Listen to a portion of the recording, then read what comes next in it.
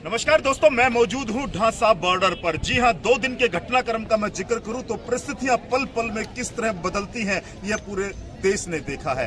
कल तक जो माहौल था आज वो बदला बदला सा नजर आ रहा है। और ढांसा बॉर्डर की मैं बात करूं तो तमाम जो किसान हैं यहाँ पर मौजूद हैं, कुछ लोग यहाँ पहुंचे हैं और ढांसा बॉर्डर के ताजा हालात को लेकर के हम चर्चा करेंगे। इस समय बॉर्डर पर क्या स्थिति है, चर्चा करने के लिए पूर्व विधायक हैं बाली पहलवान जी हैं, भाई शैलेश जी हैं, डीलू है, डॉक्टर राम कुमार जी हैं, उमेद सरपंच जी हैं, बागपुर से हैं, तमाम जो साथी हैं वो यहाँ मजबूती से डटे हुए हैं, उनसे बात करेंगे। सर, सबसे पहले बॉर्डर के ताजा हालात क्या है? ताजा इतना जोश है, आपने देखा है भाई साहब जी।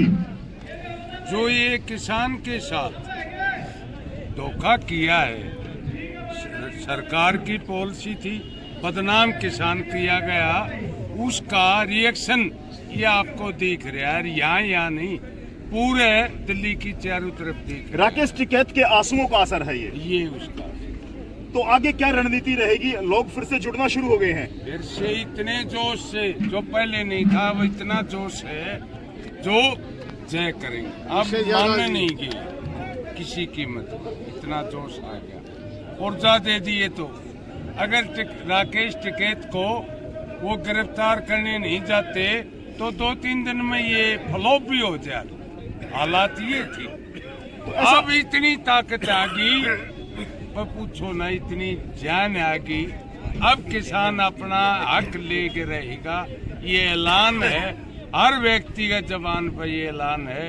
अब सरकार को मैं तो ये प्रार्थना करना चाहूँ आदरणीय हमारे प्रधानमंत्री मोदी साहब से, गृह मंत्री जी से और मंत्रिमंडल से अनुरोध है, याचना है, मान ले इस तीनों कृषि कानून को रद्द कर दे, देश के बिगड़ते हालात को बचा ले।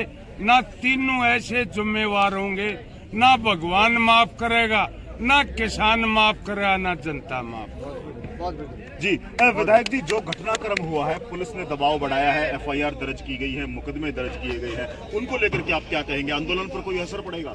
उससे दूना फायदा दमनकारी नीति से। दमनकारी नीति को सहन करना होता तो अंग्रेज यहाँ से नहीं जाते। जब अंग्रेज भगा दिए, ये तो कौन है? दमनकारी नीति की यह देन है जो हर आदमी आज जोश से, आत्मबल से लबालब है और वो तीनों कृषि कानून खत्म करवा के ही रहेगा।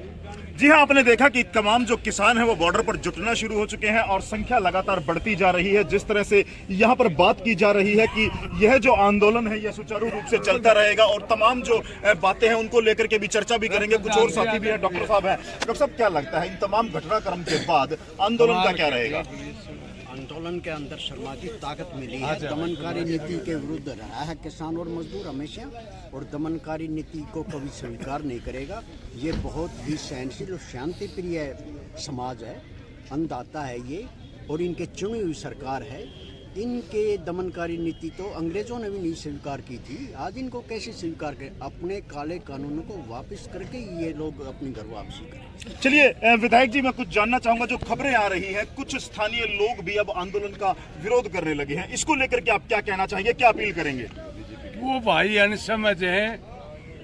ऐसे तो अंग्रेजा टेम में भी रह गए थे, जिसको ये मुरबे दे गए थे, ऐसे तो रह जाते हैं। हमारी कोशिश ये है उनको भी प्यार से, प्रेम से समझा के हम अपने साथ जोड़ने में सफल होंगे, ये यकीन है। तो बार बार आप लोग धरने से यही कह रहे हैं कि ये आंदोलन शांतिपूर्ण चलेगा और भीड़ भी बढ़ती जा रही है, ट्रैक्टर भी आज बॉर्डर पर काफी संख्या में जुटे हैं। तो आगे इस तरह की घटनाएं ना हो, इसके लिए आप क्या कहेंगे? आगे तो हम मौका ही नहीं दें, किसान ही मौका नहीं देगा।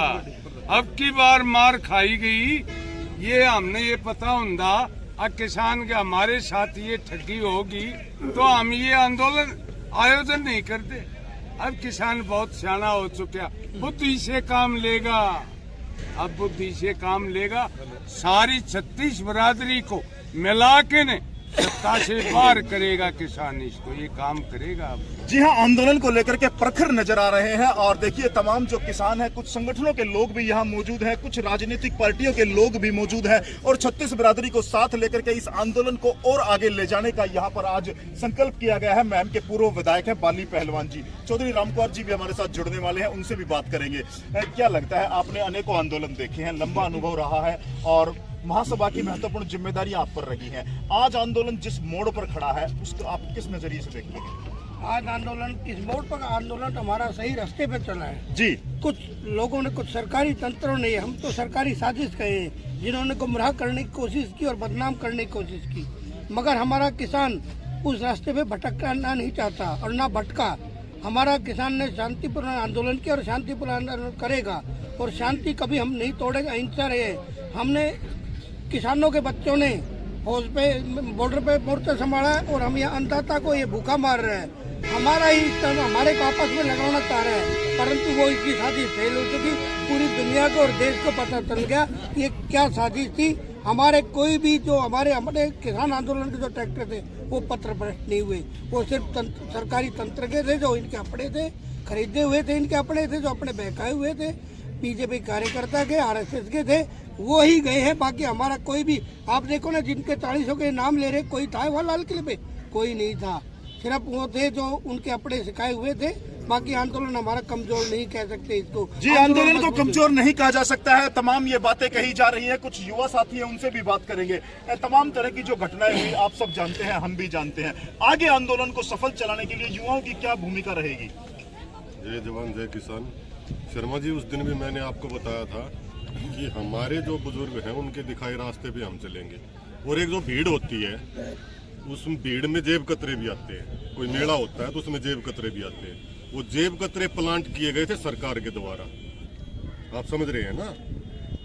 इसमें मान लो यहाँ पे कबड्डी हो रही थी महिला दिवस पे, तो जो कबड्डी में इनाम बांट रहे थे, अब सरकार ये कहे किसी ने जेब कतरे छोड़ दिए और किसी की जेब कट गई, सरकार ये कहे कि हम तो जो आयोजक है उसके ऊपर मुकदमा दर्ज करेंगे, तो ये कहाँ का इंसाफ है?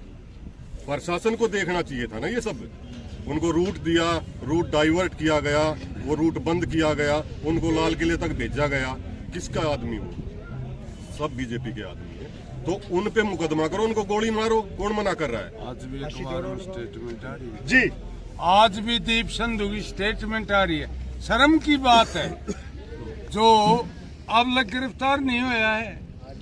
और जो ये गोदी मीडिया है, अब दीप सिद्धू कह रहा है कि मेरा मुंह मत खुलवाओ, मैं 2 दिन में पूरे सबूत के साथ पेश होऊंगा। मुंह मत खुलवाओ, दीप सिद्धू तो ये कह देगा कि भाई 40 जो हैं कमेटी के सदस्य या जो 7 सदस्य हैं उनके ऊपर कोई वो झूठा इल्जाम लगाए तो गोदी मीडिया तो उसको चला देगा। ऐसे चलाने से क्या होता है? दीप सिद्धू सच्चा है या ये करोड़ों किसान सच्चे हैं? इस बात को इस देश के हर नागरिक, इस देश का हर नागरिक भली बात ही जानता है कि सच्चा कौन है, झूठा कौन है। जी हाँ, देखिए जी, सोने को कभी काई नहीं लगती, तो सच्चाई को कभी आंच नहीं आती। कितना ही वो झूठा प्रचार करे जाओ, हमारे किसानों पे सच्चाई पे है, उस पे कोई आंच नहीं आ सकती और ये आंदोलन सफल होगा। जी हाँ, आंदोलन सफल होगा। संक्षेप में शैलेश भाई 2 शब्दों में क्या कहेंगे आंदोलन के बारे में? बढ़िया रहेगा, इसमें कोई चूक नहीं है किसी तरह से, और ना ये रामलीला और हर तरह से जो ये घटना हुई उसके बाद मजबूत हुआ है। जी हाँ, कैप्टन सतवीर गुलिया भी हमारे साथ जुड़ चुके हैं, युवा साथी हैं और पहले दिन से ही इस आंदोलन में बढ़ चढ़ करके भाग ले रहे हैं। आइए इनसे भी विचार जान लेते हैं तमाम घटनाओं के बारे में और जो आज की परिस्थिति है उसके बारे में युवा क्या सोचते हैं। कैप्टन सतवीर गुलिया जहांगीरपुर से। कैप्टन साहब बताइए। देखिए, जो व्यवस्था और जो गतिविधियां जो हुई हैं वो तो आपको पता ही है और पूरा देश जान गया है जी। जो सरकार है उसकी पोल खुल चुकी है। अब तो जो है वो सियानी बिल्ली खंबा नोचे वाली बात हो गई है सरकार के लिए कि अब वो जस करके इस आंदोलन को ख़त्म करना चाहती थी। 11 दौर की उसने मीटिंग करी, उसमें कोई भी एक भी पॉजिटिव रवैया नहीं हुआ। और जो ये 26 तारीख को हुआ, इसकी पटकथा तो 24 तारीख को लिख दी गई थी।